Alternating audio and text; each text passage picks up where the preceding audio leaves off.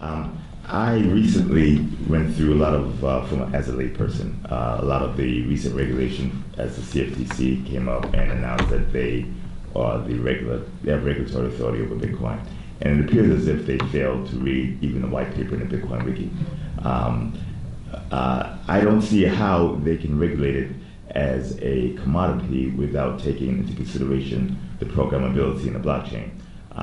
I remember you saying that Australia has a taxation of capital gains tax in a flat 10%.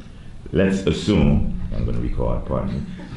Let's assume that you enter into a contract. The value of that smart contract goes up X% with the value of the Australian dollar or the Australian currency. How is that taxed? Is it taxed as Bitcoin, as a security, or the Australian currency? Well, actually, will be taxed as both. So what they do is you've got the exchange, so you've got, sorry, I forgot what the example was, but you've got pretty much a transfer of money. They treat that as a transfer of property, not so much transfer of money. So straight away, whatever you're doing, you're getting taxed 10% goods and services tax. And let's say because you're holding the Bitcoins and the price did go up, for that duration that you've held it, until you sell it, they'll incur a capital gains tax on top of it. Okay, but the issue is, suppose you don't sell it, we enter in a contract. Yeah. You assume that the Australian peso will go down. I assume it's going to go up. One of us are wrong, one of us are right. Yeah. My Bitcoin account, I accrue more Bitcoin. Yeah. Am I taxed by the increased amount of Bitcoin?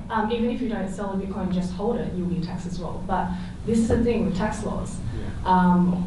They need to be designed so it's simple. Because what's happening now is the only way is that people are laughing. Yeah, I'm sorry, did you say the tax law should be simple? Well, I'm still trying to recover from that. I know, Mind-blowing the tax idea. legislation itself is just like, yeah.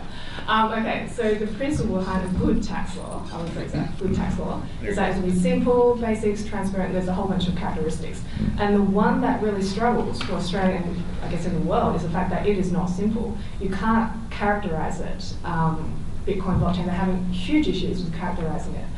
And so what's going to happen in Australia is right now, the laws are in, everyone needs to abide by it, but let's say I have 20 grand of Bitcoin. Who's going to know that? And if I'm a nobody, who's really going to know I'm holding 20 grams of Bitcoin? It's not like I carry it around, it's physical, I spend it or use it. If I just want to purely hold it and the value goes up to $40,000, then it's up to me in my tax return to say, well, I held Bitcoins, it was 20, now it's $40,000, so let me opt in and write it in for you and you can tax me.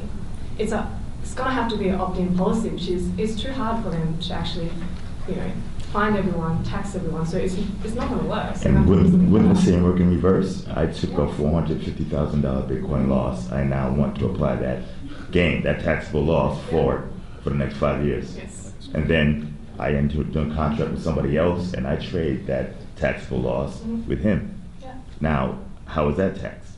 Again, you'll need to opt in and say, we did a transaction and now we need to be taxed for it. But my point is, you do opt in because now you have a tradable asset, which is a tax loss. Yeah. Is that tax loss traded as a taxable gain, even though it's a loss? You can take that tax loss, it becomes an asset, that trade. There's too many different ways. There's just, when the regulators create legislation from a layman's perspective, and it could be the problem, you have to at least read the directions on the stuff that you're regulating. Well, Reggie, I think everybody here knows you're not necessarily the general layman.